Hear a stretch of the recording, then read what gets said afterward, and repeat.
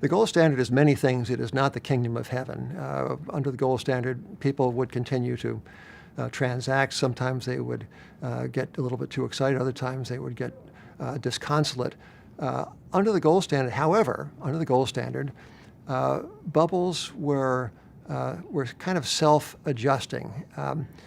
They weren't created through the willful or inattentive actions of public servants. Compare the present day when interest rates are set at zero and every third person in Greenwich, Connecticut is a trillionaire owing to their ability to borrow at almost nothing and to enter financial markets and do complicated trades. That is a very different kind of bubble than the occasional bursts of unreasonable enthusiasm that we have seen throughout financial history. I've just completed a manuscript called The Triumph of Laissez-Faire, the story of the self-healing depression of 1920-21. This treats a business cycle slump, very severe one in the administrations of Woodrow Wilson and Warren G. Harding, way back when. And what is remarkable about this, it was a terrific downdraft in prices and employment, and it was a general four-alarm fire in the economy, which the federal government met by balancing the budget and which the Federal Reserve met through raising, not lowering its interest rate.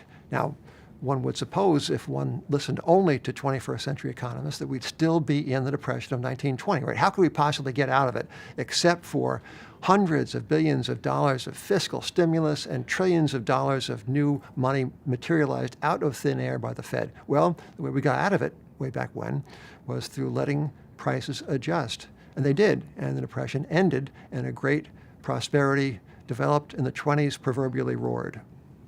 I see these movements in states so far isolated but gathering steam. I see these movements as a popular protest against the mandarins who run our monetary affairs in Washington. We are on what we might call the PhD standard, in which a bunch of people sit around a table and in most learned fashion decide what interest rate to impose and how high the stock market ought to go, and et cetera.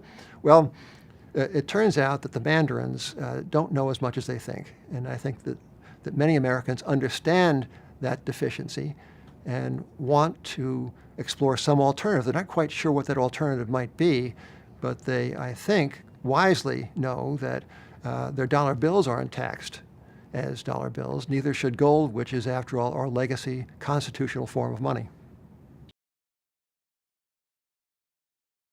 Well, the American Principles Project is doing yeoman's work in bringing the case for a better monetary system, for sound money, down to the grassroots.